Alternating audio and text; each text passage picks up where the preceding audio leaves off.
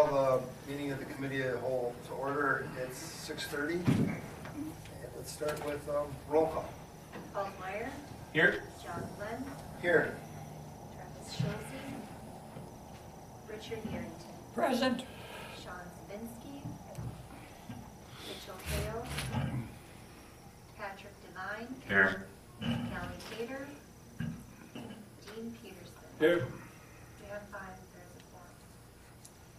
Let's move on to the first item is lake presentation by Lamont Kiefer.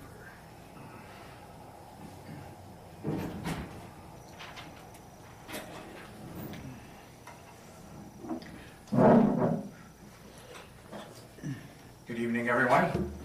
My name is Lamont Kiefer. Some of you know me. I am the present chairman of the Lake Toma Committee, and we had the honor of receiving from the Monroe County Land Conservation a Conservationist of the Year award at a banquet in late January.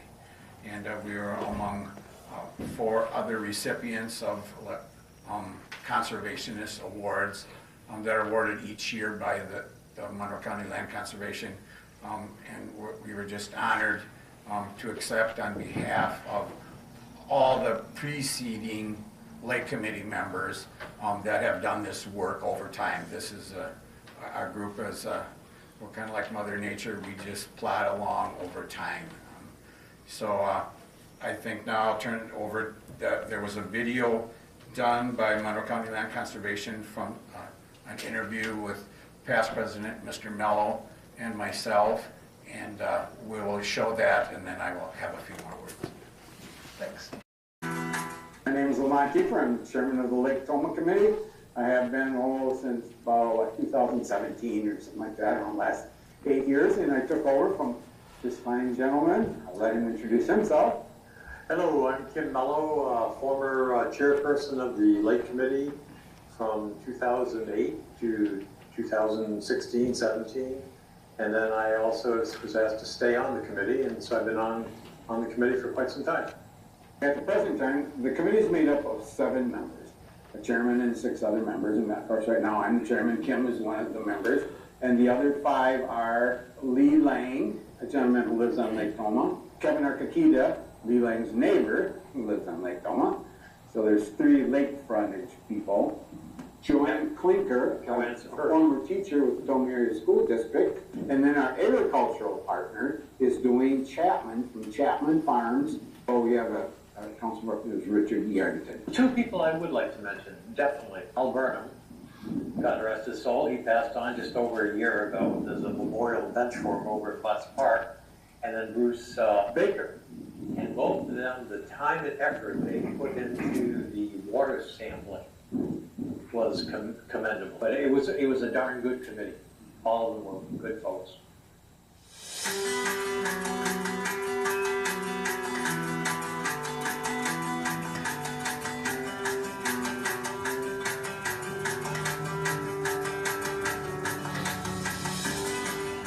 Water quality is one of our main focuses because Lake Toma is in an agricultural watershed and it has a nutrient load. So we do stream bank improvement, we do buffer zones around stream bank, we get cattle out of creeks, we back up barnyard proximities.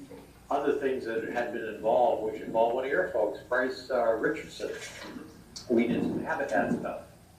And Bryce did one heck of a great job with that, and you know, there's some things I contributed, but he was doing the workload there.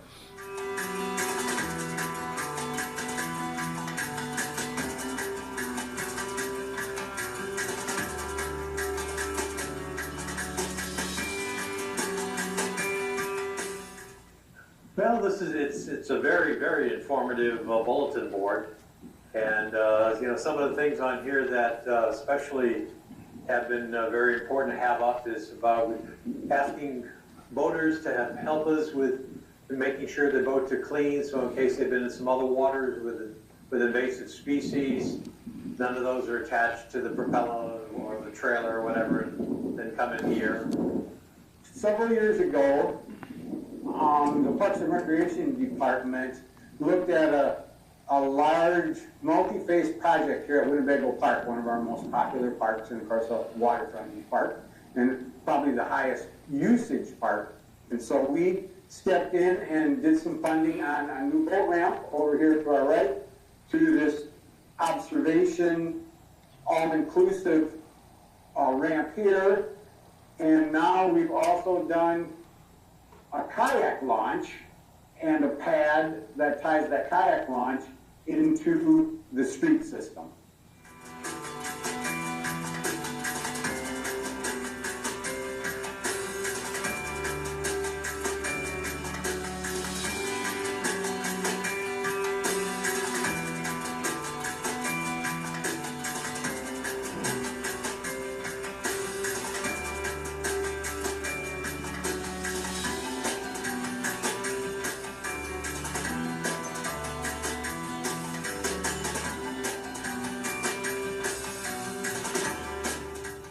So you want to come here to enjoy our parks and the beauty of our lake. You want to come here to fish.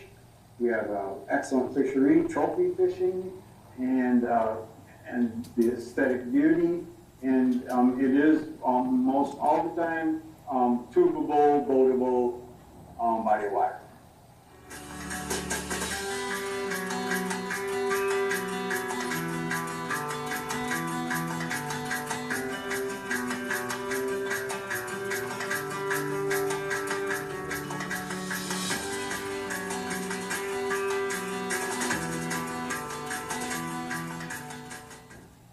Director of Public Works for the City of Toma is my role. Help with the management for Lake Toma, and been here for 11 years almost now, and have seen this committee do a lot of great things, not only for the people in the city that enjoy, whether it's boating, fishing, and just trying to in general improve the quality of the lake. And in doing that, we've really partnered with a lot of different people, farmers in the watershed, Monroe County, and just really look forward to keeping that going and continuing to improve the great resource that we have. I worked with the Lake Toma Committee since 1991. My job was created was for the Lake Toma Watershed Project, was to control the sediment that was coming into the lake and have that lake last a little bit longer. I started out working with the committee. There was Daryl Urban and Dan France and Larry Fedderson were some of the early ones. We started working on plans on what to do with the lake and how to incorporate that with the upstream practices that I was going to be installing. But overall, again, congratulations on your award. It's well deserved. You guys put in a lot of effort over a lot of time and a really big undertaking, and it's glad to see that you're being recognized for your work.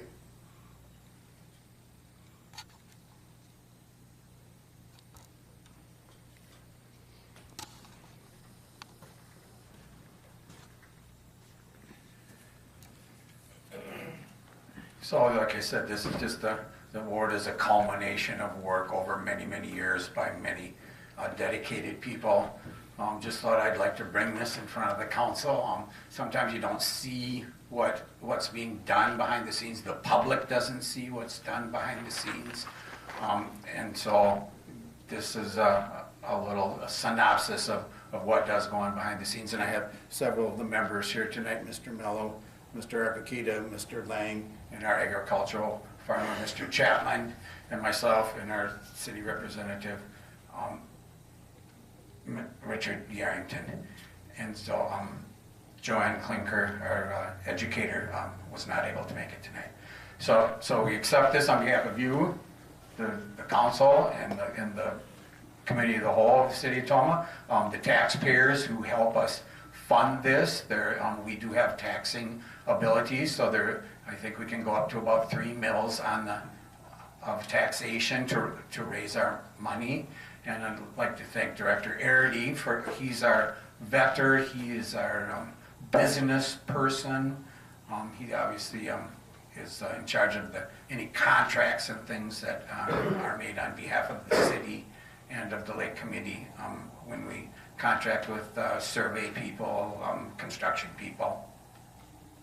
So, and you may sometimes hear, we took a earful about 4 or 6 months ago on not getting anything done. We move too slow. Well, the person who drives the bus in our work is Mother Nature. And Mother Nature moves at her own pace, and she moves at geologic time. And geologic time is that time that goes where stars are created and the gorges are made from rivers, and it just plods on and on and on. So our job just keeps going on and on and on. And we want to be extremely frugal with the tax money that we are given responsibility to handle. And we don't want to just frivolously try a $20,000 project here and a $20,000 project there, and then just come back and say, well, that failed, let's try another one. We try to vet them and make sure that they're going to have some measure and possibility of success.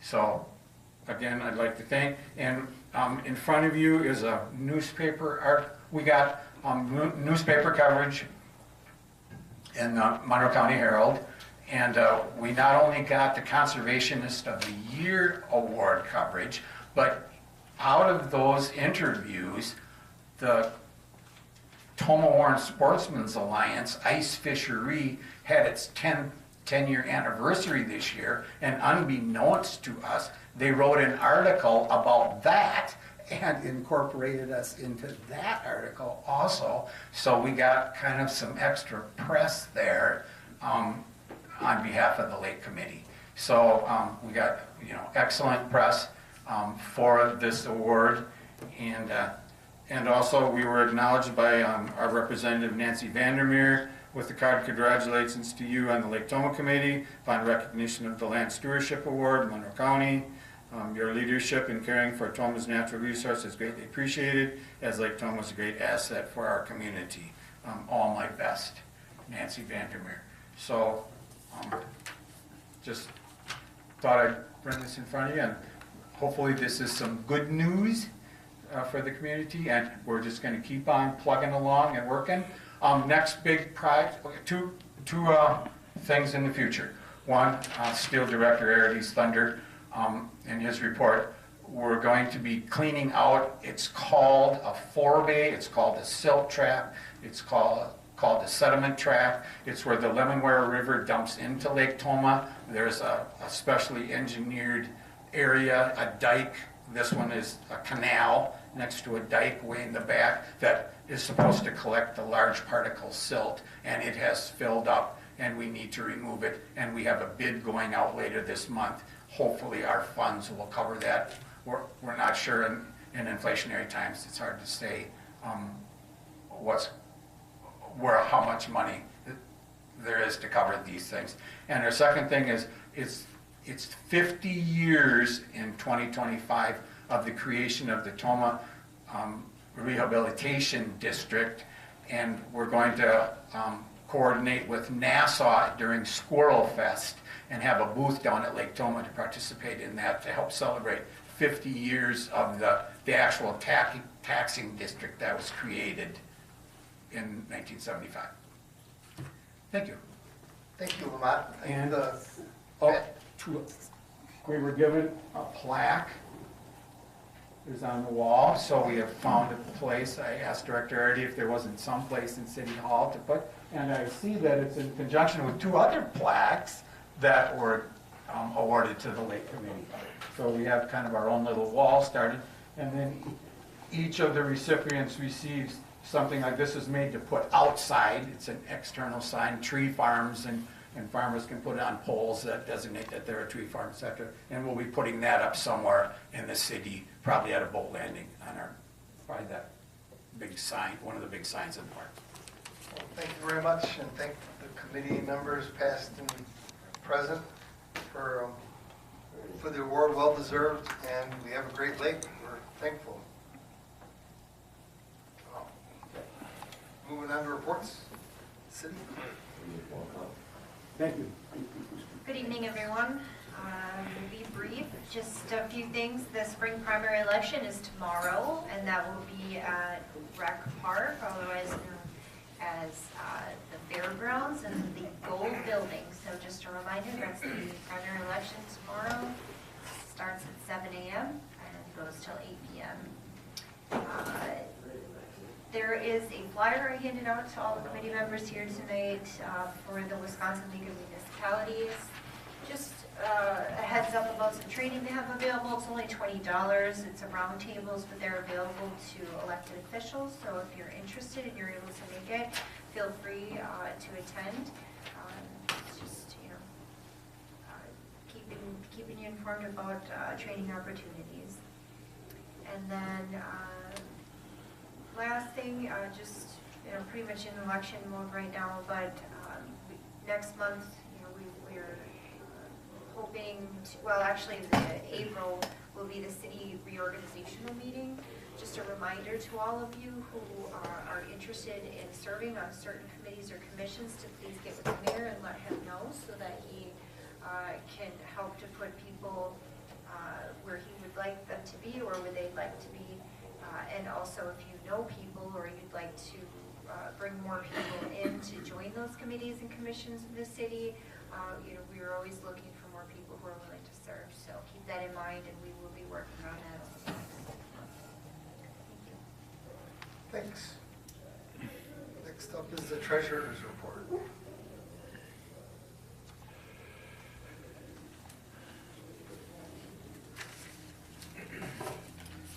Good evening, guys. Oh, it's very slight in our office too, but basically, just so you guys know, I did present you guys with a budget book for this current year. We do make copies as go, so if as many people need them, we will make more. I think we're just missing just the 3 council members.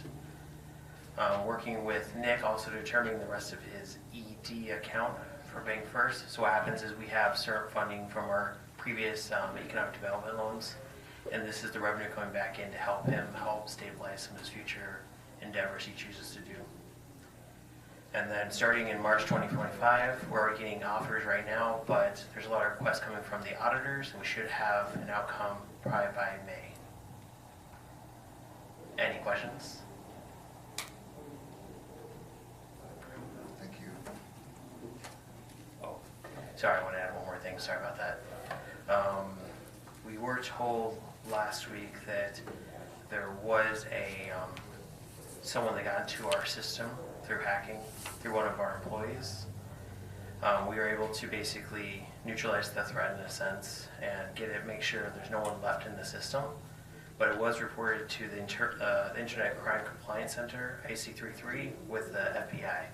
So because it was done on a government agency, so just check urgent, dot our I's, cross all our T's. But they said everything should be safe at this point, and if there's any other questions, it'd be forwarded on to our police department if there's anything internal.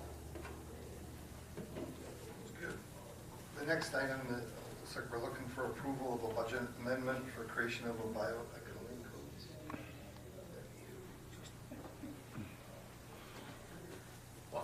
Okay. That one is basically approval for the GL codes. So what happens is every year when you guys do the new budget books, sometimes new codes need to be added if something out of the ordinary happens. So what happens is we have a buyout for basically employees that don't want to take the insurance. So one of the budget lines wasn't created, so we couldn't run payroll. So this is just making everything match to our budget book correctly. So we're looking for a motion, right? Move to approve. Second. We have a motion to approve in a second. Any further discussion? All those in favor say aye. Aye. Opposed? Motion granted. Next item is a resolution for the payment of the monthly bills.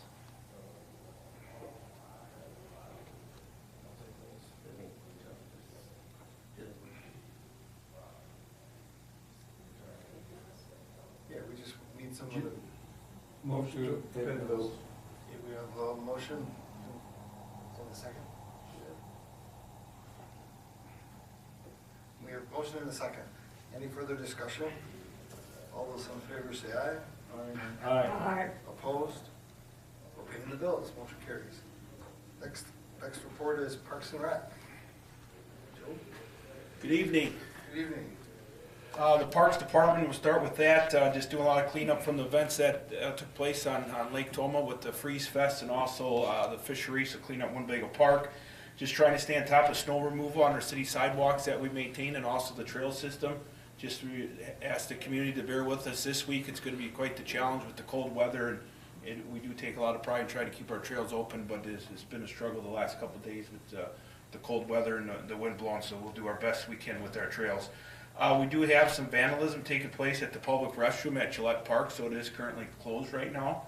There have been some holes in the wall, so we're looking to get a new camera system in there and get it cleaned up and try to reopen that to the public. So that's just been an ongoing struggle with individuals in that facility by Gillette Park, but it is a nice asset to our community for those that use the park in downtown. So we're working on getting that cleaned up. Recreation programs, our winter programs continue. We'll finish a few up, and we're looking to gear up for spring and summer registration here coming up in March and so forth in the next month or two with all our spring and summer activities. Aquatic Center, working on staff inquiries for the coming summer. Recreation Park, you can see the activities we had the last couple of months. March is a busy, full slate of schedule in March with baseball club fundraiser, SCA, the Moot Thing, Glenn Miller auction, NASA banquet, and then a farm toy show. So we're filled up in a rec building, as well as ice center, hockey programming, and so forth. So, any questions or concerns? Question? Out at Blair Avenue at the ballpark, a large pile of recycled blacktop. Is that city blacktop or Gerke's? And how is it planned on being used? I'll defer to Mr. Airdy on that one. I think that's a stockpile for it. It's owned by the city. The intent is to use it out there as a top dressing wherever we're at. The finished grade's not out there for parking lot. So once we're all finished up, we'll top dress the parking lot and get everything cleaned up. So we're about 90% done of that project. We have some turf work to finish up in the spring, and then Mother Nature do its course with growing grass out there, and then we can play ball. So we just need the grass to take shape. So, all right, thank you. Sounds good, thank you. Next item is Public Works and Utilities report. Kurt? Good evening. One of our garbage trucks was down for a while, I think 3 or 4 days. We did make the repairs and got that back online. Probably one of the bigger items that I want to discuss is right around Jan 1, Monroe County Landfill imposed a $50 fee for mattresses or box springs. So Public Works Commission last month approved designating those materials as non-collectible items. So what that does is basically we're not going to collect them from the community. Some of the information that led to that decision is we collect approximately 500 mattresses a year. That would have impacted our budget by $25,000. So I think that was probably the bigger reason for making that designation. There is an alternative in the city with modern disposal. There will be a fee as far as I know, but we are directing residents to them, and we really don't have a great alternative now. I hope that the county landfill will end up getting a shredder or some kind of recycling unit down the line, but right now they're in just as, I guess, dire straits for their cell filling up. So unfortunately, that's one of the items that, or services that we'll be no longer providing to the citizens, and hopefully they understand that and work through it best we can. Recycled asphalt piles and concrete piles by the gun range. It's up by the Toma School District bus shop. Those were ground and ready for reuse. Most of that material will be used on our Kilbourne project that's slated for next year. And we're also doing some tree clearing, out by the gun range as well. We did a wetland delineation out there so we can expand that site for recyclables, mainly the concrete and asphalt. And we are getting to a point where we're getting a lot of material in there, which is great, because we don't have to go and buy virgin material from the pits. And so we're trying to get a bigger staging area for that. And most of the tree clearing at the airport has been completed. Weather was very good for that, and good job done. The sewer department, operations are normal. Our flows are down to about 1 million gallons per day. Water department, some interesting facts. The frost depths that they're getting is right around 42 to 48 inches in the city. We go out and measure that. We do temperature checks at areas that are prone and known to have froze before. So we do watch that as well, especially these today and in the next couple days. But other than that, operations are pretty normal, and doing a lot of maintenance and painting activities at the shop. Lamont did mention our next meeting for the lake committee is on, well, he did mention this one, but our next meeting is on 3/20/25 at 5 o'clock here. And what he did mention is the project for the 4-bay dredging. That will be on 2/26/25, 3 o'clock, and hopefully it comes within budget, and we can get that, I guess, cleaned out. We did do a clean out not long ago, but it just wasn't as we expected. So there's some different terms that are put into the contracts to hopefully avoid that situation again. Any questions? I got one, Chris. What, how are we notifying city residents about no more mattress collections? So what, we saw them out there, because they were out there and people put them out ahead of time. It was normally the first full week. So we have stickers that are made up, and they're attached to those with the reason why they won't be picked up. We also did do Facebook and the city website for notification. Thank you. Thanks, Kurt. Hey, the airport looks great. The trees, it's not something people could normally see unless you're a pilot. It's way back at the end, and there's a lot cleared out. It looks, it's better. Good, thanks. Next item, report is the police department. Scott? Chief? Good evening, everybody. So just a couple of real brief updates. Our newest employee that started in January has officially started the police academy in Sparta. Again, his name is Caden Kaufman, so he'll be there for the next several months. I also mentioned last month that we're going through a promotional process for a sergeant. That's our first line supervisor. Each shift does have a sergeant assigned to it. We have promoted Alex Brigham, who's been with the department several years. He's currently in probably his second or third week of supervising night shift, doing a good job for us. Every year we have our annual canine golf outing out at Hiawatha. This year it's going to be on June 13th. I don't believe we're ready to start accepting teams yet, but I just wanted to get that date out there, get people ready. It's a pretty fun time and excellent for our canine program. Speaking of canines, our therapy dog in training, again, this is the one that's a puppy. It's a Labradoodle that's donated to us. That should be ready and picked up this week by our handler. That's Officer Jaden Olson. Again, it's a Labradoodle. Sounds like his name is going to be Roscoe. So he'll be joining us. There's some basic obedience and potty training and all of those things that come with that. And food and vet care for this dog and all of our canines is donated by area businesses, which is fantastic. Last month, I was asked about parking tickets, I think from Alderperson Pater. And I explained that we kind of take a common sense approach with 2 to 6 parking. The purpose of 2 to 6 parking is really for snow removal. That's the purpose of it, so plows can, come through with free passage. So when it snows, we typically alert the public. They're very well educated on what the dates are, but We let them know that, lacrosse, the city of lacrosse calls it a snow emergency, but we pick up, when it snows, we pick up our enforcement. So just to give you an idea of the amount in the past week to 10 days, we've issued 161 parking tickets.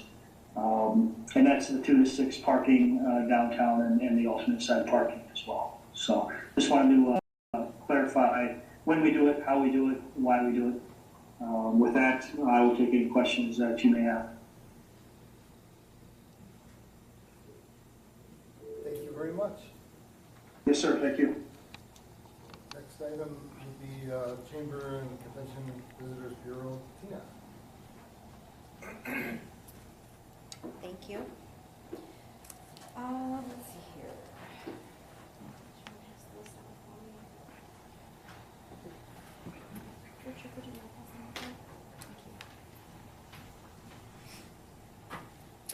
We have our 2025 area guides in this year, so each of you will have a copy of that for you. We distributed about 28,000 copies last year, so we printed out about 30,000 again this year. Again, that goes down the I-94, 90-94 corridor, as well as visitor centers throughout the state of Wisconsin, and about 40 different businesses within the Tomah area as well. As many of you know, we have our banquet coming up on Monday night. Numbers are a little bit down for that this year, but people still like to register that last week, so we'll see where we end up. We continue to make progress on the additional website that I talked to you about before. This one will strictly focus on more of the tourism side and kind of allow the other site to be more chamber related. So we'll have 2 clear focuses rather than kind of everything jumbled up in one. So we continue to make progress on that. Our Best of Tomah campaign is well underway. This is one way that we have to bring recognition to the area businesses on the slower months of the year. It is a People's Choice kind of nomination, so businesses are encouraged to get their audiences to get out and vote for them. State Tourism Conference is coming up next month. I'll be attending that. I'll also be attending the Wisconsin Downtown Action Council Summit coming up in May. Hoping to glean some information off of that. And then I continue to heavily provide support for the Monroe County Economic Development and Tourism Conference that's happening here happening in Warrens in April. The only other things I have for you today are we continue to work directly with Tomah Health on trying to mitigate some of the child care issues in the area. To that end, there's a new child care opening pending some state inspections, I believe. So we're hoping that that gets off the ground sooner rather than later, and talking to them about their future plans to expand. And the last thing I have for you, I started my first term on the Wisconsin Chamber of Commerce Executives statewide board. So we'll be able to work closer with chambers across the state and bring more information to Tomah. Any questions for me? Thank you. Thank you, Kim. Moving on to the general part of the agenda, item number 9, Planning Commission recommendation to amendment ordinance section 52-116, parking requirements. Move to approve. Second. We have a motion to approve in a second. Any further discussion? All those in favor say aye. Aye. Aye. Opposed? Motion carries. Next item is the Planning Commission recommendation to amendment ordinance section 2-559-2-568.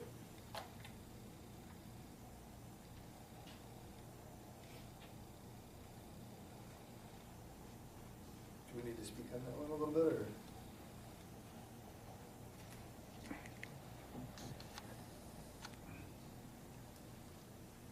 Everybody hear me okay? Yeah, Our it's volume, the volume, all the mics, I think, are off, yeah. How about now? Now, There we go, okay. Yeah, all the mics are off, I think, yeah.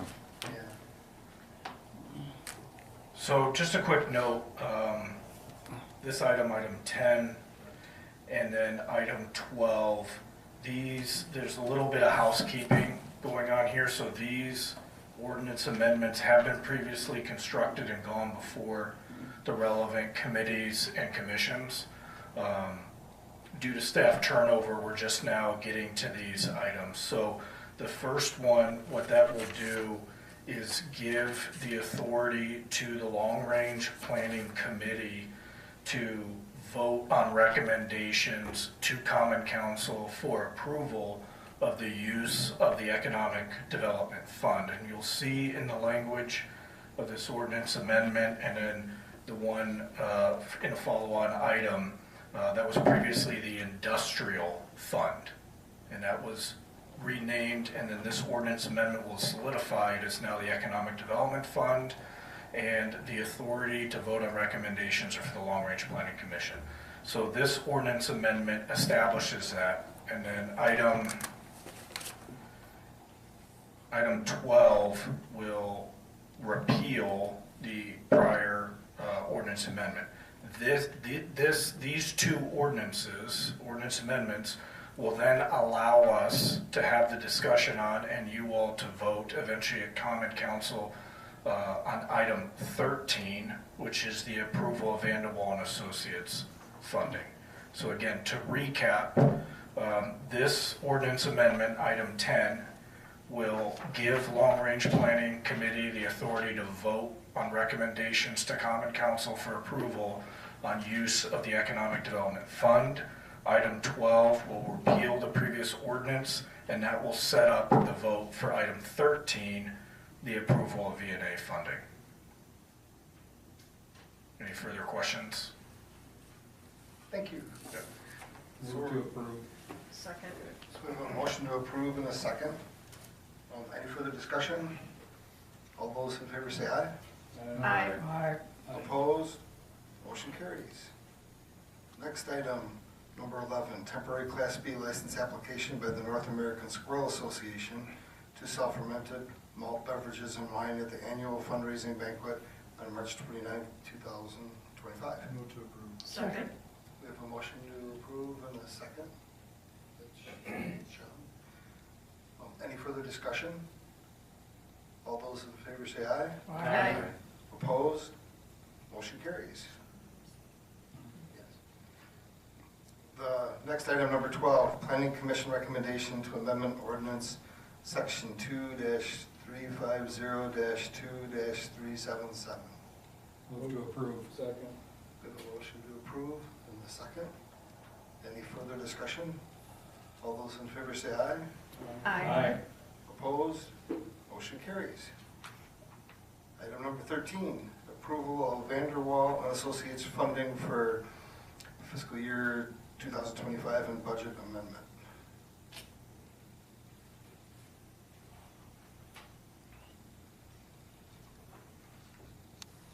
Okay, so for item 13, Long Range Planning Committee has voted to recommend the approval of Vanderwall and Associates funding up to $60,000 for fiscal year 2025 to come from the Economic Development Fund. Again, the background on this is the same maximum allotment that was approved for last year, fiscal year 2024, also coming from the Economic Development Fund. Are there any more questions? What do they do that you can't do? Well, that's a good question. By the way, we hired the economic. Yeah, certainly. So Vanderwall and Associates has been working for the city for the past few years. So based on that question from Alderperson Peterson, we can go to the information that I presented to the Long Range Planning Committee. So if you go to page 74 in your agenda packet, and then you turn to 75, you'll see the work plans for the previous years. So the number one thing that Vanderwall and Associates is doing is they have already initiated and are the lead on the Monowith Street RFI project, the facade improvement grant program. There is also the issue of we don't just have that one consultant at Vanderwall and Associates, so we actually get the whole team, and at up to $60,000 of funding allows them to do greater grant research. They help with the zoning ordinance amendment rewrites that we do. So basically, what we discussed at the long-range planning committee is there had been a discussion in that committee last year about whether or not $60,000 was even enough.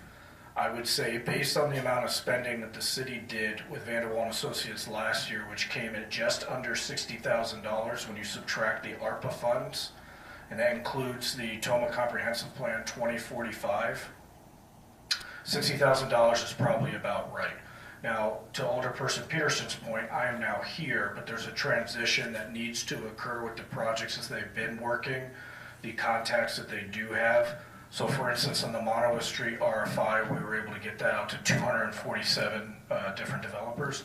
So those are some of the things that, again, are captured in these work plans, and we have a 2025 work plan we'll be presenting to the Long Range Planning Committee prior to your meeting next month. Does that answer the question, or did I miss it? No. Okay. So I have a question. Yeah. So it says the original budget was 7,500, and now we're gonna go to 6,750 or 500. So we paid them 60,000, almost 60,000 last year when the budget was only 7,500. So again, some of this is housekeeping. Yeah. We were pulling directly from the Economic Development Fund, I believe. I also wasn't here for the budget construction last summer. What I can tell you is that my 2025 budget for professional services is $7,500. So that's why we're presenting the budget amendment to change that to $60,000, the source of that being the Economic Development Fund. We did spend more than $60,000 on them last year, but again, about $4,000 and some change was ARPA funds. So this is just to authorize up to $60,000 to come from the Economic Development Fund. And then what our treasurer is going to do is create that budget amendment so that the professional services reflects accordingly. And that's where it gets to the 67,500. Yes. Now, we are not, that is an up to amount. That is not a we are spending $60,000 necessarily. I have given Vanderwall and Associates an internal control of you will not invoice us more than $5,000 per month. So if you're approaching $4,000, that's where we start having communication of, hey, I'm working these projects. We may bust that 5,000 cap.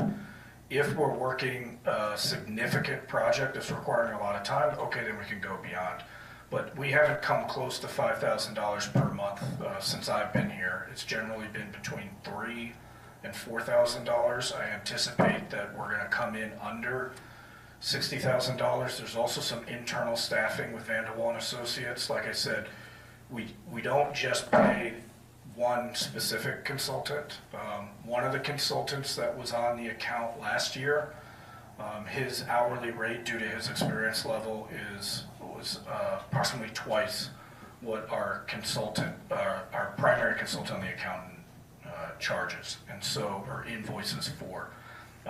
We are just working with the other individual plus other individuals of that rate group because that other person no longer works for Vanderwall and Associates. So I just had our primary consultant on the account here last Wednesday. We went over a meeting to construct the work plan, to go over expectations, invoicing procedures and expectations. And I'd say between the two of us, neither one of us expect to go up the full 60,000. Does that answer the question? Yeah, I think it's, I'd like to see what we've gotten out of return on this recently. Because I remember, there wasn't a ton of people that came back on that, correct? On that thing they sent out recently? Yeah, correct. So, is the money worth spending that much? I believe it is right now, yes, I do. Otherwise, I wouldn't be putting this up here and speaking to it with a staff recommendation. In regards to Alderperson Kale's comment about that project in particular, I think that has more to do with the land and some of the complications with developing on that land.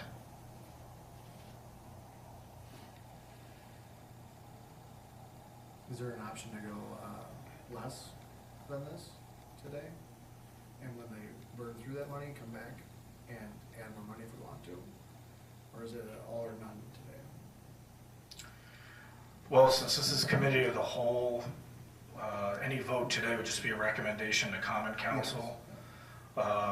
We could take a look at doing a different amount. I will say this is the amount that was approved by Long Range Planning Committee by unanimous vote. I did give a detailed presentation, the slides of which are included here, and we can start from the beginning to answer some of these questions, I think based on the level of detail we're talking about.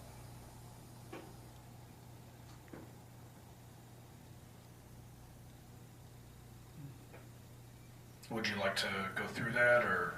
I'm not ready for a recommendation myself tonight, but Okay. I'll let the other council people Okay. decide what they like to do. I would like to see an update on what they're doing for us and what we're getting for our money. Okay. I haven't seen a whole lot of results yet. No, I mean, but I mean, they may be doing a ton, we just ain't knowing about it. They wrote Toma Comprehensive Plan 2045. That was a big part of the amount for last year. And so they, have been working some projects. They wrote the facade improvement grant. We are trying to get some past projects that did not get off the ground to start to materialize. And part of what I cover in this brief is we have a Department of Economic Development and Zoning. Economic development is, depending on the size of the city, its own department. Zoning, its own department. We do have municipalities half the size of ours that has a separate zoning department with 3 people. It's just Casey and I handling economic development, zoning, and code enforcement. So a lot of what Vanderwall and Associates does is gives us the ability to handle a higher volume of tasks and access more resources. So for example, we didn't have a planner here in the city, so they wrote Toma Comprehensive Plan 2045. So, that's a significant effort. It also has legal implications because we were out of compliance with state statute, which means we weren't eligible for grants from WIDA for the year that we were out of compliance. So I know we're probably looking for big development projects. What did they do for us last year? But I can say they got us back into compliance with state statute. We are now eligible for a WIDA grant. So there are some things that we can get moving. But again, maybe we need a more detailed, thorough brief. I can say that, the $7,500 that was budgeted has gotten us with Vanderwall to this point. If we, some of the implications of if we do not pass this vote this month, I will have to stop them, and they will not be doing any work with us. And there are other projects that involve potential transfer of real estate, annexation, things of that nature. They bring a lot to bear on the TID and TIF nature of what we're doing as well. So I'll make a motion to approve the 60,000, but I would like to see a report on what the work plan. Where the money is spent on. Absolutely. I'll second. Motion made by Dean, seconded by Sean. Any further discussion? All those in favor say aye. Aye. Aye. Opposed? No. Motion carries. Item number 14, resolution disallowing the claim of Scott and Martin. Move to approve. Yes. Second. We have a motion to approve in a second. Any further discussion? All those in favor say aye. Aye. Opposed? Motion carries. Who seconded that? Dean? Yep. Looking for a motion to adjourn. Motion to adjourn. Second. We have a motion and a second. Any further discussion? All those in favor say aye. Aye. Opposed? We're adjourned.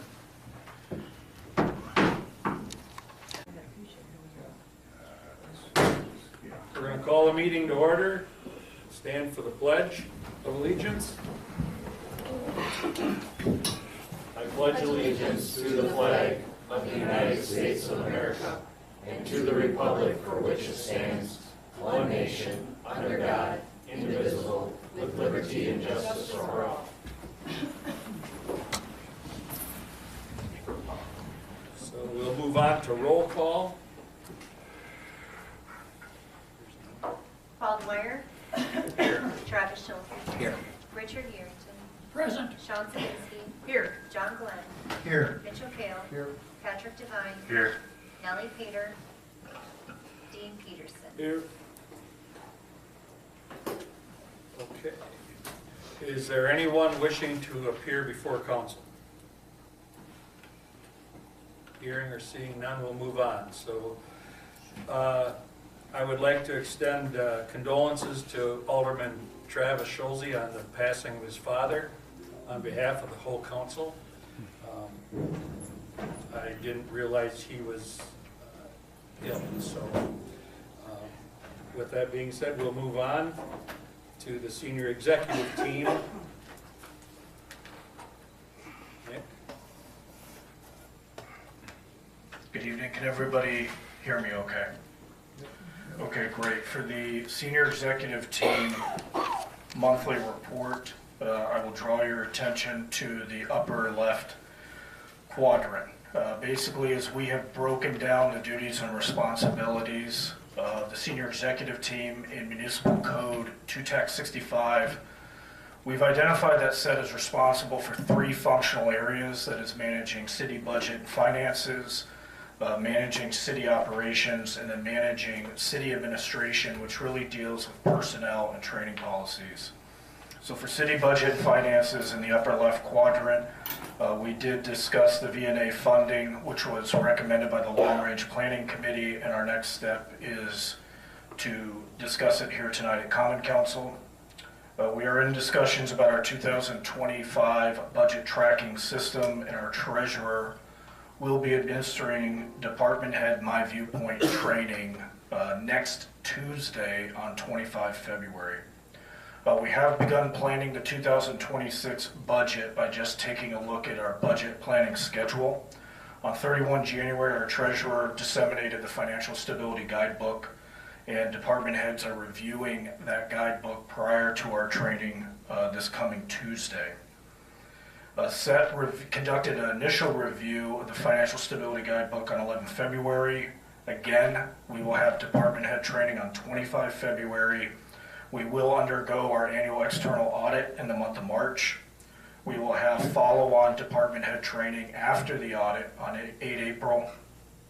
And then our treasurer has 30 June marked on the calendar for implementation of a refined accounts payable process. We are looking at developing a strategic plan for the future of TID 8, as well as in coordination with the Historic Preservation Commission discussion on a possible historic district. We are reviewing a contract from GHD for one of our Superfund sites and conducting reporting with the EPA and DNR. I would expect us to review that contract collectively at next month's council meeting. And then we reviewed office furniture contract. There's nothing significant to report there. Moving to the upper right quadrant, city administration. Employee discipline policy, this is something that the clerk and I are taking a look at. And I want to make it clear, when we talk discipline, we oftentimes talk about the negative connotations of discipline, but we're really focused on employee recognition. Right now, we have a lot of great things that our employees are doing, and I think we can put something together to ensure that whether it's in a public meeting or an administrative event amongst city employees, we can recognize them for everything they do for the community. I think it is essential that we get the word out what these employees do as public servants, and oftentimes that includes putting in hours, receiving very aggressive members of the community. It does include that. And I would like to recognize our municipal clerk, Janice Nicholson, who I personally observed a couple weeks ago, deal with a citizen who was quite rude, quite aggressive, and it was uncalled for, and she handled it with professionalism. So these are the kinds of things our employees do on a daily basis, and I think it's important we recognize them for that. We're also evaluating the sick leave payout, the social media policy. We are evaluating 2 wage compensation requests from our Director of Public Safety. We completed 2 payroll authorization requests from our Director of Public Safety. And then we did conduct the final in-person performance evaluation counseling for a member of SET. We are complete. Our treasurer has been working to develop 3RT touch points. And as was discussed last night, we have network security events that we are working through with 3RT, and our treasurer's done a great job tying in with them. We're looking to develop an annual training plan for elected officials, department heads, all employees, but there's a lot of not just administrative, but I think other statutorily compliant training things we need to get done citywide. And then we're going to take a look at that official travel approval process as well. Moving to the lower left quadrant, city operations. We currently have 4 named operations in the mix. Number 1 is Operation Welcome Home. That ties to our strategic priority of housing. Number 2 is Operation Phoenix. That ties to our strategic priority of downtown revitalization. Number 3 is Operation Clean Toma, which ties to our strategic priority of code enforcement. And then Operation Toma Strong, which is tied to our strategic priority of a indoor recreation complex here in Toma. Now, where am I getting these strategic priorities? They are coming out of Toma Comprehensive Plan 2045, which, since it was voted on by the council in the summer, is an authoritative document that enables city staff to move forward on these strategic priorities. And then we're also looking at the future of the Community Development Block Grant Program, more to follow there.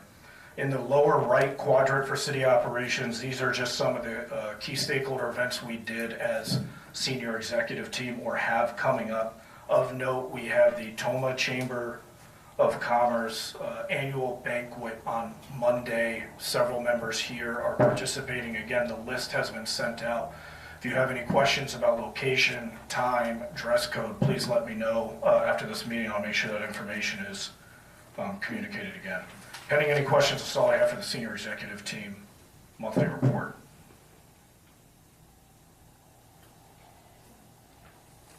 Thanks, Nick. So we're going to planning and building inspections. See you again, economic development, zoning, monthly update. Okay, so for the economic development and zoning monthly update, I'd like to draw your attention to the upper left quadrant. We just discussed those 3 named operations, so I will not go over them again. We still have 2 permanent personnel, 2 contracted personnel. You can see we don't need any resources at this time. Training-wise, in addition to that financial stability guidebook, we are reviewing the certified local government requirements. And so this was one of the agenda items for the Historic Preservation Commission. What I will say right now is that working with the chair, Alderperson Zabinski, we are aware we've got some requirements to complete. And until we complete those as a city, we will not be eligible for a significant grant that will help us move forward, potentially on the downtown revitalization. So this is kind of a focus for the department right now, is to get us back in compliance with certified local government requirements. And then also the Citizens Guide to Local Government. In the upper right quadrant, you can see the events there. Of note, the operational planning has taken a back seat due to several possible litigation matters that SET has been confronted with, and we'll talk about those later. Current operations in the lower left quadrant, again, big things we have coming up are that annual banquet. I do want to highlight the short-term vacation rental working group that was completed today, and we're going to be digging into what that situation is here in the city. It's critically important we talk about it in the context of our housing situation. And then in the lower right quadrant, there is no significant change to future operations or future plans. Pending any questions, that's all I have for the department update.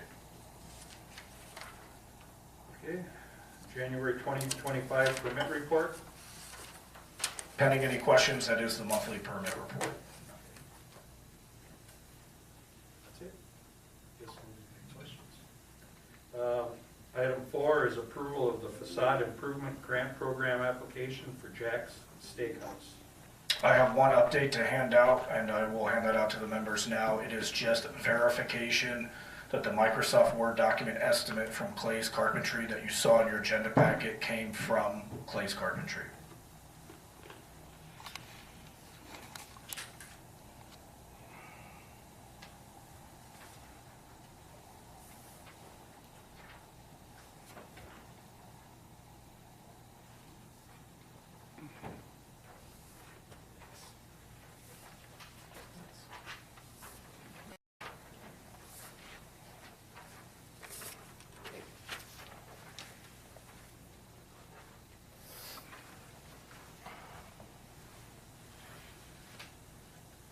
The only other item that was due that you will note was in the staff committee report was a start date and end date. Depending on approval or not of this grant, the owner of Jack's Steakhouse is intending to start the project in March and wants it complete in April. He is trying to get this done as soon as possible.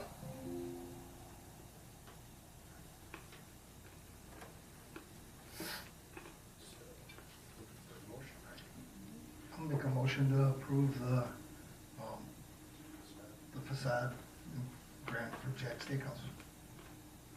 So this is a grant, this is not a zero interest loan? No. Correct. Yeah. It's matching. This is the same grant program, Alderperson Kale, that we voted on, or you all voted on for Maximus Aesthetics last month. So they've got to have skin in the game in order to apply.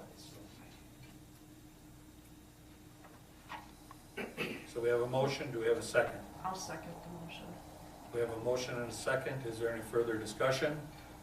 I look at the design as presented and it looks nice. However, I am still gonna vote no. Is there any more discussion? I remember when it was a loan program, nobody took advantage of it. Now that it's, I believe it's 75. It's a maximum reimbursement of 75% of total project costs with a maximum value of $10,000. It is a reimbursement grant. They do not receive a single penny until the project is complete, and we have verified the project was completed according to how you're voting on it tonight. Because it's structured like that. It's a grant that just covers the total project or the facade eligible parts? That's correct. Facade eligible. Yes, and you'll see, it should be in your agenda packet, the evaluation criteria matrix. They have passed all eligibility criteria for this project proposal.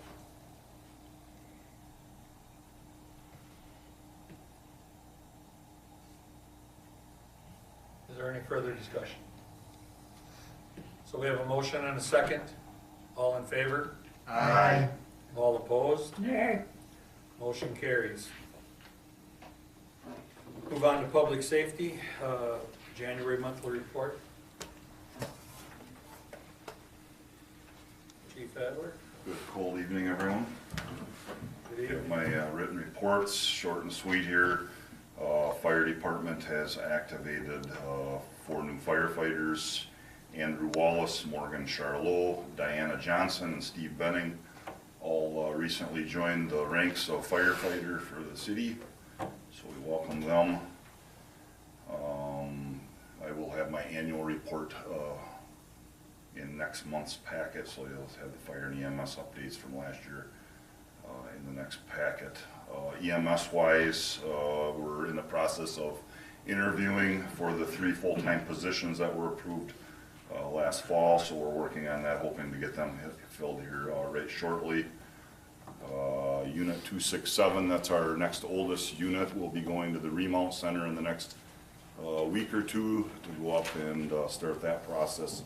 Hopefully we'll get it back in about 3 months is what they're talking to us about, versus the the long period of time it took the last one, so.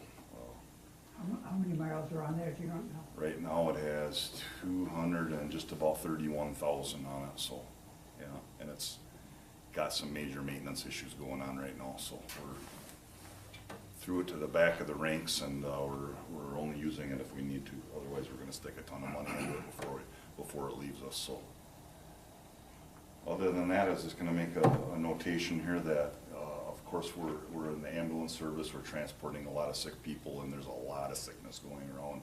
And I'll tell you what, 3/4 of my staff is, it's ran through the house. So overtime has been quite high over the last couple of weeks, because we've had to pull people in and fill slots just because everybody's getting it. So wash your hands and stay safe. Other than that, if anybody has any questions. Oh, yeah, the fire truck. Excuse me? The fire truck, did you get it, or? Oh, you weren't here last time? No. Yeah, we did get the bid on the ladder. Yeah, we got the bid, it'll be but then we late. had to go through some steps. Yeah, it was approved at their council, and now it's just a matter of waiting until summer, right? Summer? Yep, it'll be late summer I don't before remember we when see the it, time so, was. yep. And if something changes in between now, like I had indicated, if something's catastrophic, like pump, engine, transmission, or whatever, they'll just wash your hands of it and move on, so that's all in the contract, so. With the flu and stuff going around, is hospital on a lot of diversions or not? Actually, it hasn't been too bad, so, just a lot of calls. Both fire and EMS have been very busy the last 30 days. We had one shift that ran, I believe it was 32 calls in 48 hours, so, been very busy. Thank you. Thanks, Chief. We're going to move on to the library. Irma? Good evening, everybody. Hello.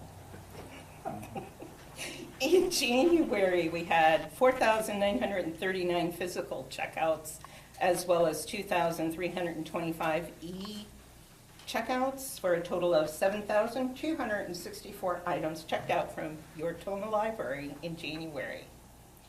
We are currently running a Hot Reads for Cold Nights, and that's a program for adults that runs until March 31st. When you come to the library, we'll give you a log sheet with suggestions of things to read. So what we're trying to do is try to expose our library patrons to different genres. So maybe it's something they're stuck reading romance. Well, we want them to try other things like science fiction or horror. Romance is sometimes horror, so yeah, there's a cross. Anywho, so that's going on until March 31st. We are also planning a gardening for beginners class, and that will be held this spring. I don't have final details, but check our website, call us at the library, check our outside sign. Once we get more details on that, that will be happening. Also, we are working on a Welcome to Toma group. We did this probably about 15 years ago, and it didn't really go real well, but we're hoping that with some input from the community, including people who are listening, and perhaps you, the council members, have some ideas of things, places, hints, things that we could present to a group to make them feel welcome in our community. So I don't know who is from here and who isn't, but if you, like myself, are transplant to Toma, it kind of would be nice to know, you know, this is a great place. I use this doctor and I've been really happy, or this dentist, or whatever. The library is wonderful. I'm sure they'll want to know that. So we will have, we're going to be starting that group. I am currently working on the annual report for the state of Wisconsin, so I'll have some more figures for you next time I see you. And as stated earlier about the sickness in our community, we have been short-staffed because people have been really sick. So that's all I have. Does anybody have questions for me? Comments? No comments? Okay, thank you. Welcome back. Thank you. Stay warm. Thanks, Irma. Yeah, thank you. We'll move on to senior and disabled services. That would be Pam. Yeah. Good evening. Well, today even with a cold, chair yoga started at the senior center, and we had a good turnout. Just a few people called and said not coming out in the cold, but overall, we had a good turnout. This month, it started today and it'll be next Tuesday, but in March, it's gonna be Tuesday and Thursday mornings at 9 o'clock. So we're very happy with that so far. My numbers for January were 1,795 plus, and then the volunteers were 202 plus.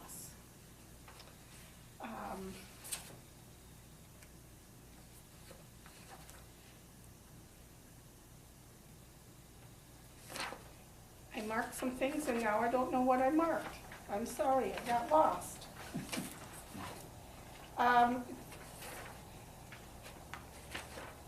Tax assist. I know I talked about it last time, but I do need to remind the public that we have tax assist at the senior center on Thursdays. There's 3 appointments every Thursday. Call me or email me to get an appointment, and it's February and March. Some of the days are filled and some I can fit more people in. Sunday Fun Day originally was scheduled for the 16th, but because there were Special Olympics going on the 16th, we changed it to the 23rd. That's this upcoming Sunday, and it's from 2 to 4. And this time, instead of at the senior center, we're having it at the Handy Shop, and it's a Valentine's dance. So we invite the public to come for our special needs Valentine dance. Do you have any questions? I know I have a lot of information in my report that you received, so if you have any questions, I'd be happy to answer them. Thank you. Thank you. Thank you, Pam. We're going to move on to the consent agenda. Temporary Class B license application by North American Squirrel Association, known as NASA, to sell fermented malt beverages and wine at the annual fundraising banquet on March 29th, 2025. Move to approve. Second. We have a motion and a second. Is there any further discussion? Yeah, the application in my packet is written in a language I cannot read. I assume it was filled out correctly. It was filled out correctly. I took it in person. You noticed that too. Yeah. So, okay, is there any more discussion? Can you tell me the first and second, Mitch? Mitch was first. Hale and Sadinski. All in favor? Aye. All opposed? Motion carries.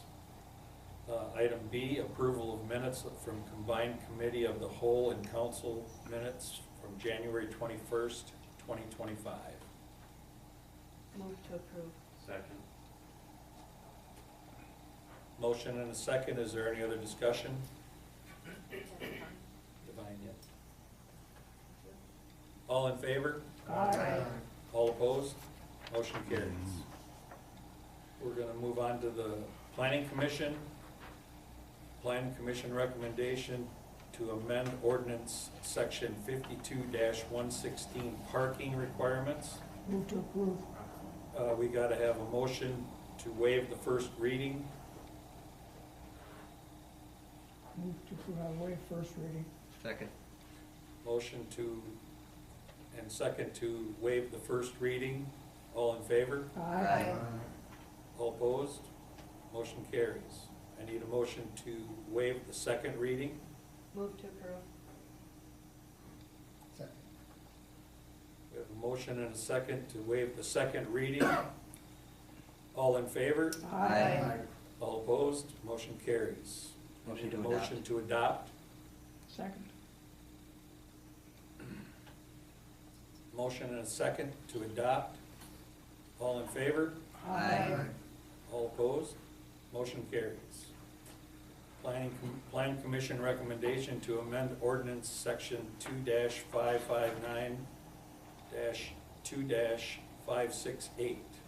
I need a motion to waive the first reading.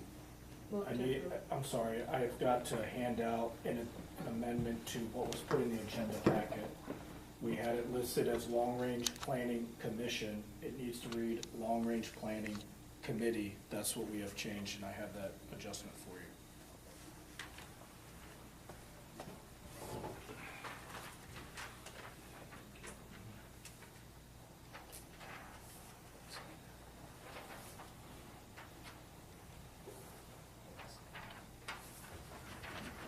This is one we're on right now. So again, the only change from your packet is Long Range Planning Commission is Long Range Planning Committee, to make sure you're voting on the correct terminology. So, I'll move to waive the first reading. Second. Motion and a second to waive the first reading. All in favor? Aye. All opposed? Motion carries. Motion to waive second reading? Motion to waive the second reading. Second. I better wait for you. Yeah, please do. Can you tell me who waived the first verbatim reading again? John Glenn. Who's the second? Dean Peterson.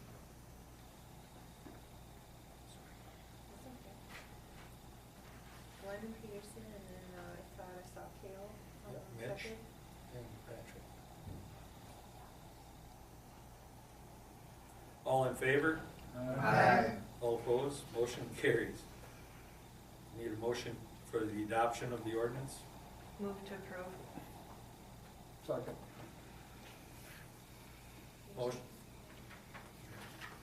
Motion and a second. All in favor? Aye. Aye.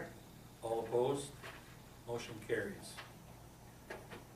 Item number 5 is Plan Commission recommendation to amend ordinance section 2-350 to 2-377. Motion to waive the first reading. Second. We have a motion and a second. All in favor? Aye.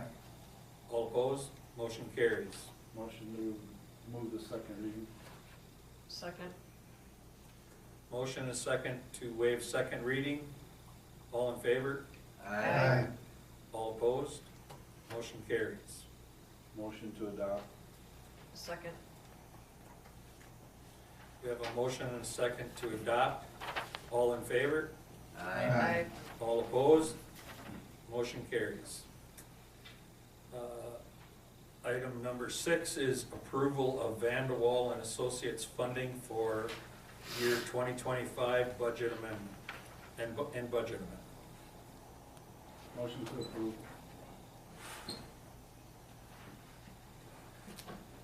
Second. Yes. Is there any further discussion on it? There's one thing that I kind of wanted to touch on, and I think Dean mentioned it last night, and I talked with Nick about this. I would like to see more of a breakdown of what we're getting for spending the money on, if it's possible.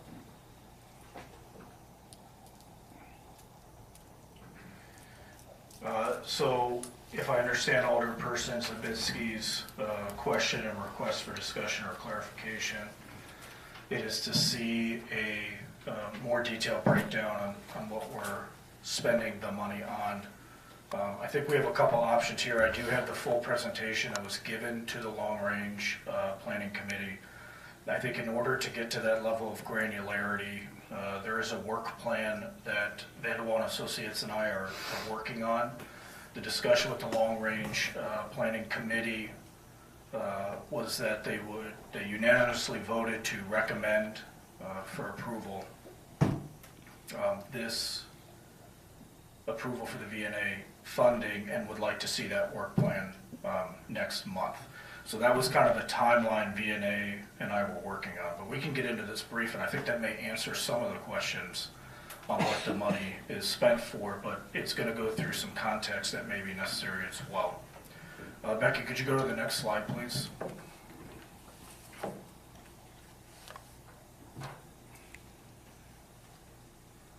Okay, so you saw the agenda. Next slide.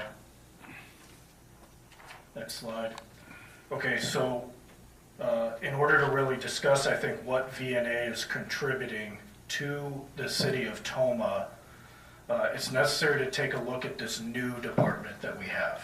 And I want to reiterate, this is a new department. This is not the same department that we had in fiscal year 2024. My predecessor was the building inspector. That's what he was hired on for the city with originally, and a member of the senior executive team. He was not, did not have in his title economic development. So now we have the Department of Economic Development and Zoning. So let's talk about what economic development does. There are functions of economic development. The number one is to shape the community's future. And this is why, a key reason why we have oversight by the Long Range Planning Committee. The second function is to increase tax revenue. Now, if you look anywhere across the United States, you will see that the principal revenue stream of any municipality is going to be its property tax revenue. We have a unique situation here in Wisconsin. We are the 7th most reliant state on property tax of any other state. So we may have visitors that come in and use our roads, but we pay to maintain those roads through the money that our property owners pay us in tax, whereas there's less restrictions in other states for municipalities to implement tax that targets them. So you'll have lower property tax in other states. Now that does a lot of things for us. It affords us a cheaper cost of living if you don't own property. But from a municipal budgeting perspective, well, oftentimes if you're not careful, you run into constant or decreasing revenue with increasing expenditure. And over the last couple of years, we have seen an exponential increase in inflation at some rates, 24% in the last 2 years. So what economic development does is it takes a look and says, okay, there is an opportunity for redevelopment here, or there's an opportunity for new development in this particular lot. What is the change in property tax value as a result of that development? So obviously, since I've been here, I've heard a lot of concerns from everyone in the community about what they would like to see come to the city. My first duty to this city is to take a look at the tax base, and specifically the property tax base. So that's what we're looking through development. That's our lens, is that property tax base. Number 3 is to attract business and maintain, attract and maintain business and industry. Number 4 is to create jobs and also provide for workforce development. Number 5 is improve quality of life. And I have things there that equal quality of life. A lot of times we associate quality of life with great parks, great opportunities for recreation, and certainly Joe Protz does a great job of providing that for us. But in the realm of economic development, quality of life means housing, the availability of housing. It means access to healthcare, access to education, and daycare, especially when we're talking about workforce development. And then those amenities like recreational opportunities come into play. Housing is in red because this is what elected officials, you as a group and individually, have communicated to me as the number 1 priority. We have a housing study. We're supposed to build 400 to 700 homes in this city before 2030, according to the housing study. Now, any developer will tell you that's running a 3-minute mile pace for a marathon. That is sprinting for a long distance. So we've got a tall order in front of us. Number 6 is to promote tourism, and number 7 is increase community engagement. Now, when you look at Toma Chamber of Commerce and the Visitors Bureau and what we do with them, that helps us with the promote tourism and the attract and maintain business, and we work very closely with them. Next slide. Okay, so these are, next slide. Are we frozen? Okay, well, I'm going to keep talking off slide. The tasks for economic development that you can now see all right, is manage the budget for the department, conduct special research, conduct economic development programs, activities analysis, manage community growth projects with project developers, and prepare agendas and materials for the Long Range Planning Committee and Historic Preservation Commission. So that's economic development, and those are the tasks associated with specifically economic development. Can we go to the next slide, please? We have functions of zoning.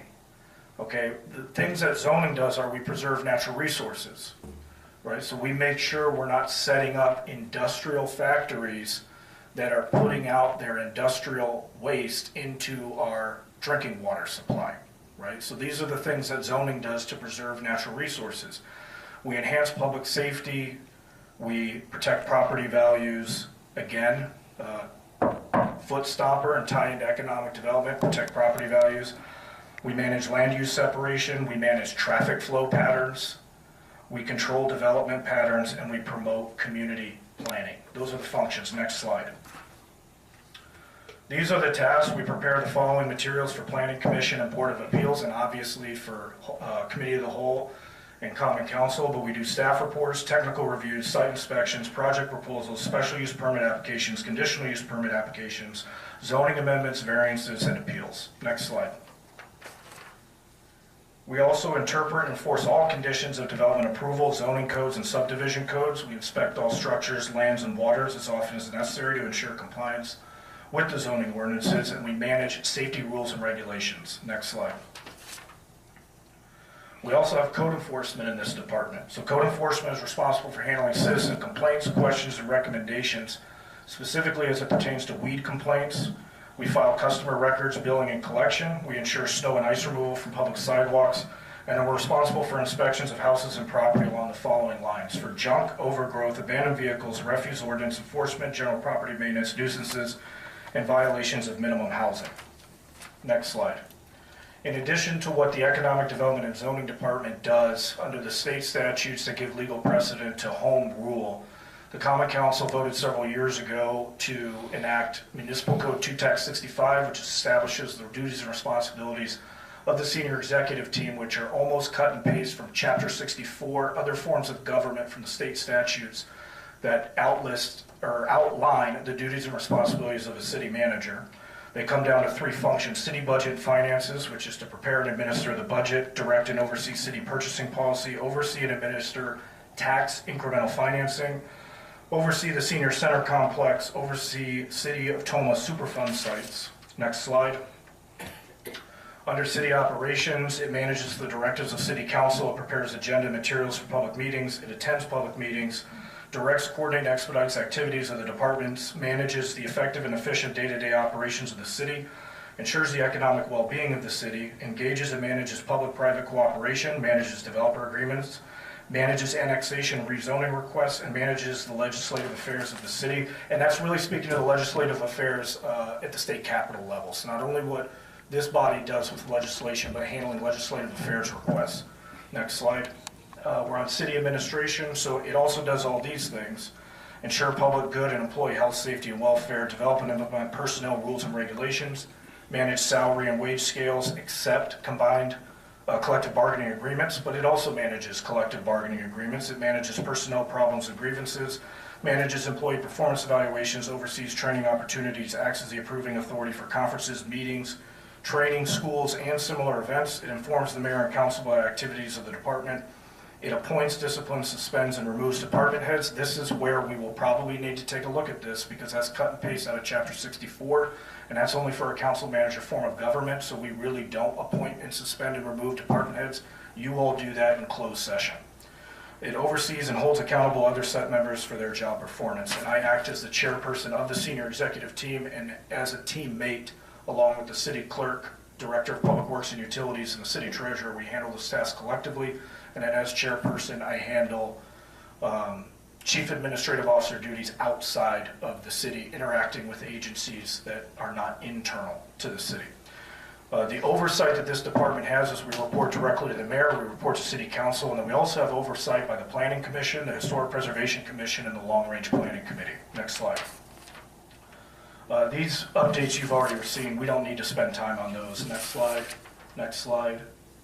Okay, so discussion. What does that all have to do with Vanderwall and Associates funding? I want to be incredibly transparent and as detailed as I can about what is it that we still need Vanderwall to do. Okay, and I'm obviously trying to list. This is a department that a municipality smaller than the city of Toma is actually at least 2 departments, if not 3 different departments.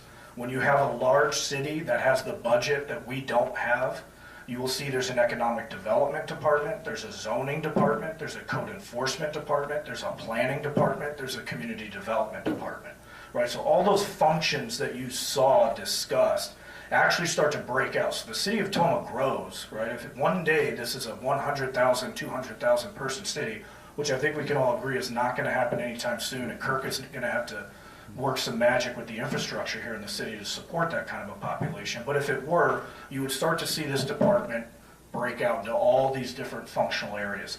Right now it's Casey and I. That's it, right? Just Casey and I. Now what we do to handle the building inspection piece is we have GEC contractors. So they fill that building inspection capacity role. What Vanderwall Associates does for us is they can help us with the economic development and the zoning, and sometimes they can weigh in on code enforcement type stuff. So we don't just get one particular consultant from Vanderwall Associates. Our primary on the account is Ben Rohr. Some of you may have met him or worked with him. He is what is known as an associate planner. So in a larger city, he would fall in the planning department, right? And a lot of that has to do with economic development, but not exclusive. There's other members on the staff where his subject matter expertise doesn't lend itself. They have a person that all that person does is work TIF and TID structure, right? So if we run into a TIF or TID issue that we haven't encountered before or starts to become overly complex, they can pull depth off the bench. Those are conceptually some of the things. So if we can go to the next slide. Keep going. Next slide. Next, actually stay right there, go back. Okay, so how did we get to today? Obviously I started working here on 2 December of 2024. And my predecessor, and again, we've changed duties and responsibilities, but that position was gapped for 6 months. So Vanderwall Associates was doing a lot of heavy lifting for the city to kind of close that gap. And just before my predecessor left, we came into compliance with Toma Comprehensive Plan 2045. That is a state statute where we are required by law to update that plan every 10 years. And the last time it had been updated was 2013. So we had actually fallen out of compliance.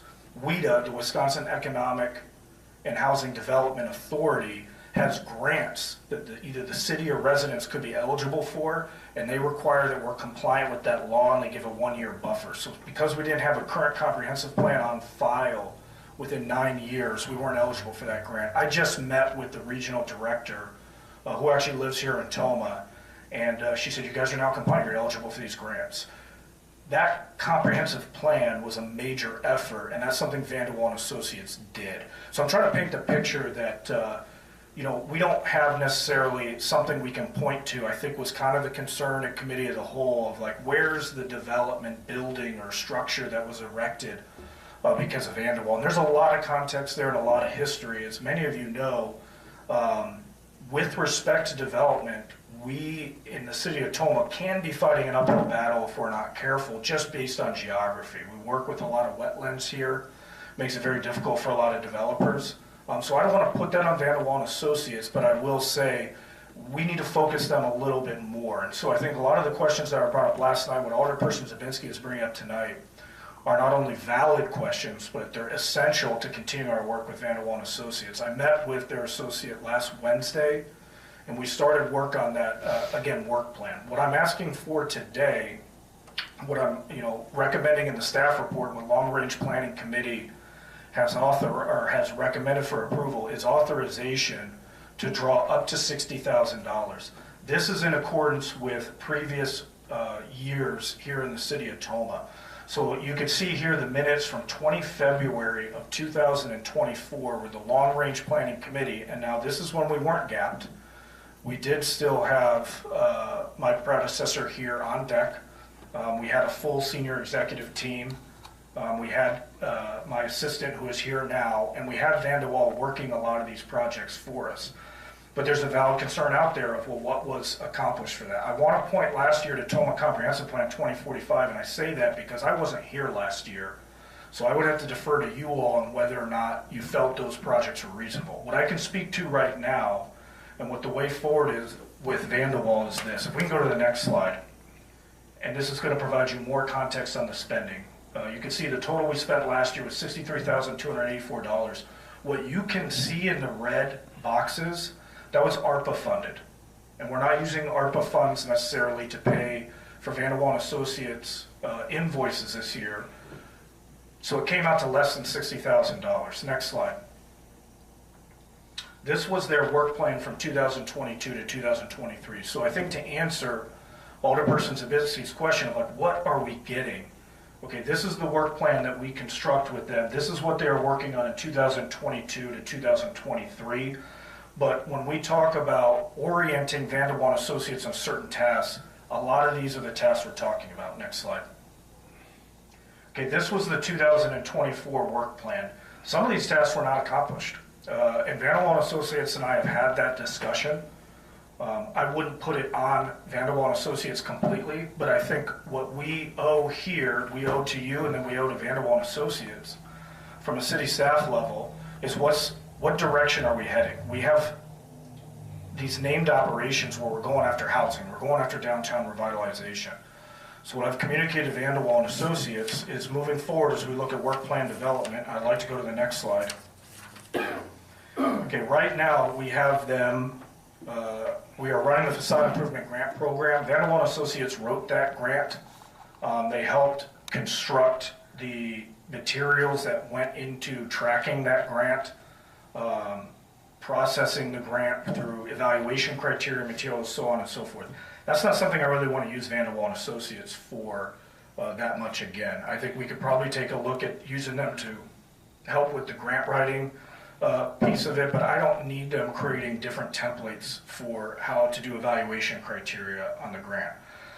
What I am looking for, and you can see the full work plan development, but we're looking at additional housing projects. They're still running point on the Monmouth Street request for interest. And I know we owe you all an update.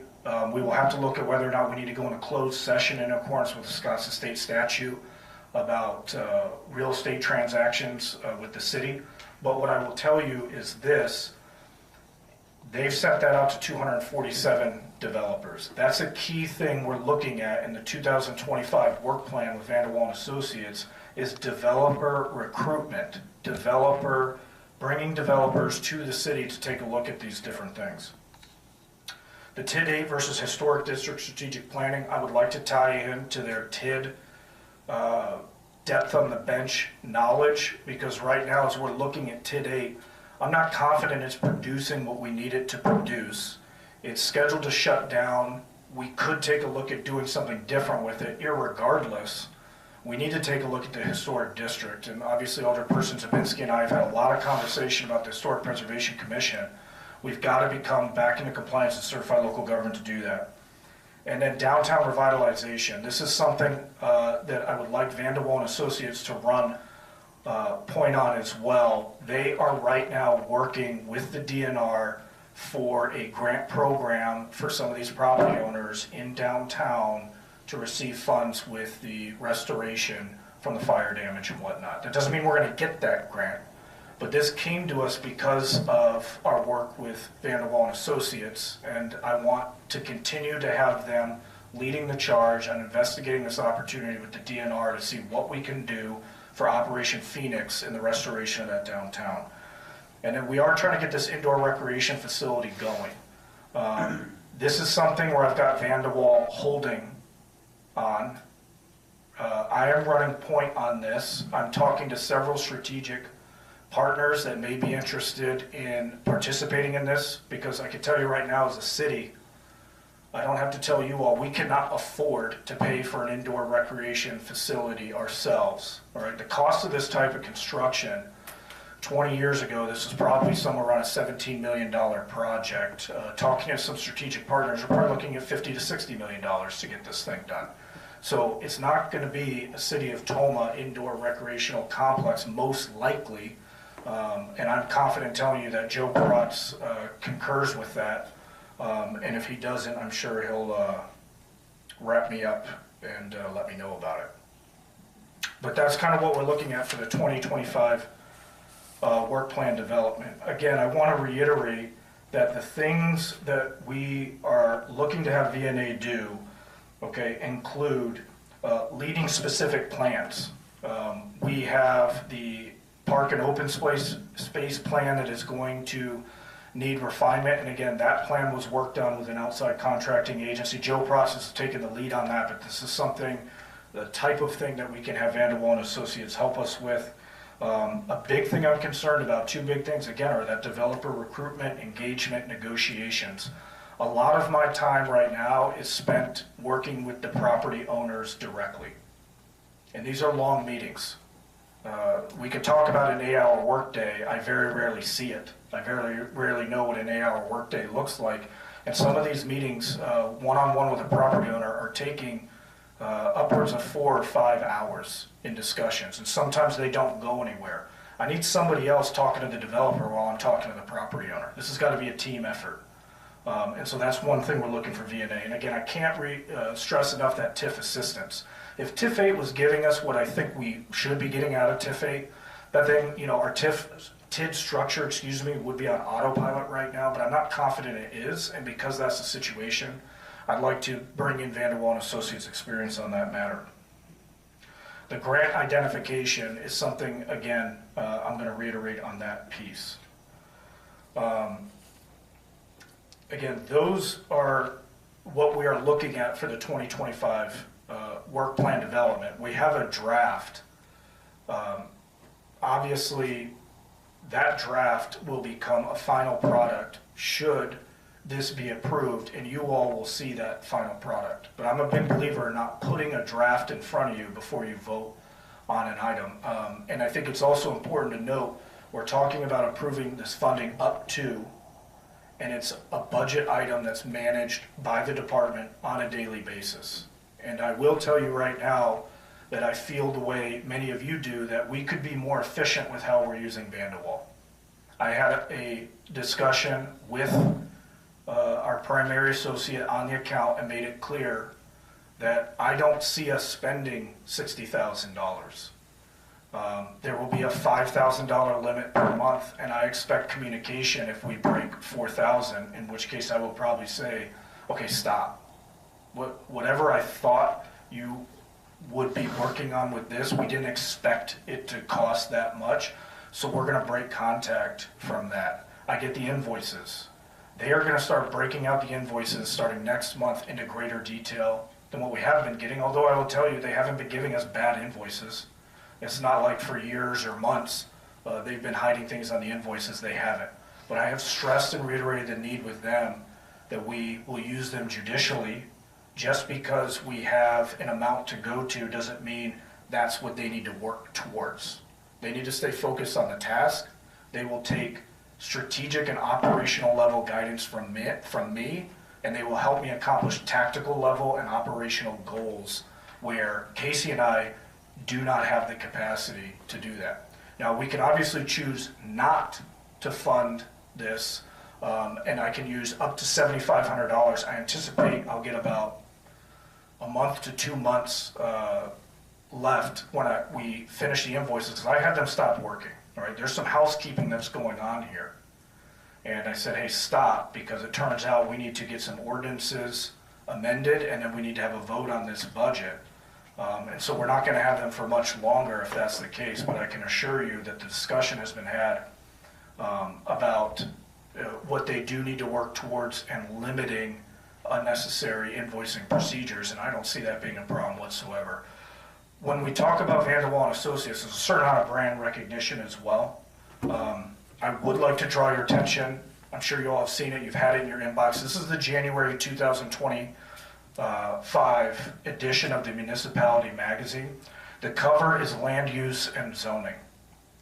And if you go to page 3 or 4, they talk about 2 municipalities in the state that rewrote their zoning code. One of those was the city of Middleton. Ben Rohr was on that. He rewrote that zoning code. He helped them do the heavy lifting. And obviously the city's planner is talked about in this article, but I have been on other digital outlets to see Ben standing in a parking lot, engaging the community, talking about rewriting the zoning code. To rewrite your zoning code as a municipality is about a 12-month-long process. So that's a lot of heavy lifting. So I just want to reassure, too, that we're not going out there and hiring anybody off the street to give us a quote-unquote expert advice. These are the people that make the cover of Municipality Magazine.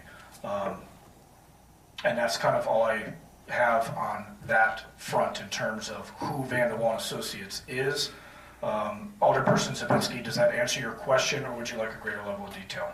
Actually, I have a follow-up question. Yeah. Is, in the future, do you foresee kind of, I don't want to say breakaway, but relying on them less? Yes. And then actually, so we're not spending as much money and maybe utilizing more. I think the department heads have a great knowledge and maybe utilizing them more in that area. Yes. And we had that conversation last Wednesday. And I said specifically, I am here now. So it is unreasonable to expect that you're going to be working the same amount for the city of Toma. And his response was, I got it. This is what we do. And things like this happen all the time. So I think we're on the same page with Van de Wall on that. And the reason why I'm asking for the same amount is because I'm new here, right? So I don't want to run into an issue and us have to readdress a budget amendment every month because of some unforeseen cost with this Van de Wall and Associates account. I'm confident that we're going to come in under $60,000, but there's also some day-to-day operation flexibility built into this so that we don't have to keep coming back and voting on it time and again. But yes, I do see our reliance on them less, and it has already become less. It's just one thing that I'd like to see, you know, to Yep. cut some of that trim. Yep, absolutely. Did I answer all your questions? Yep. Okay, can I answer any other questions for anyone? I think that was very detailed and more than sufficient. But like I said the other night, just update us with what the bills are. Absolutely, I will. So we know where we're going. I will. Any other questions? Did we have a motion to approve Yeah, that? we have a motion and a second to approve Van der Wall Associates funding for year 2025 and a budget amendment.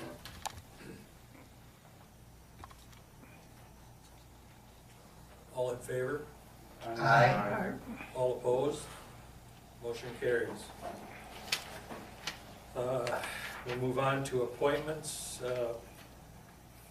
Item 7, appointment of Jeff Cram to the Ambulance Commission to fulfill the remaining term of Jerry Steele ending April 2027.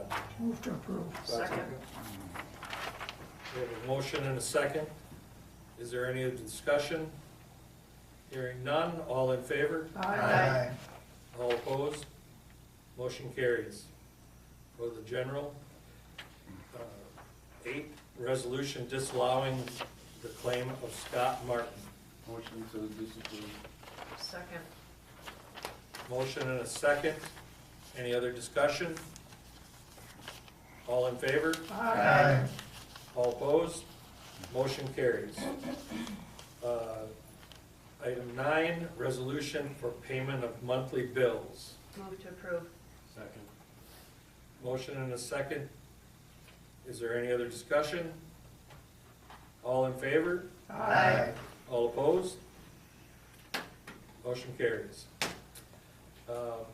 Item 10 is adjourned to closed session pursuant to Wisconsin statutes 19.85, subparagraph 1G, conferring with legal counsel for the governmental body who is rendering oral or written advice concerning strategy to be adopted by the body with respect to litigation in which it is or is likely to become involved in. Motion to move to closed session. Second. All in favor? Aye. We are in closed session.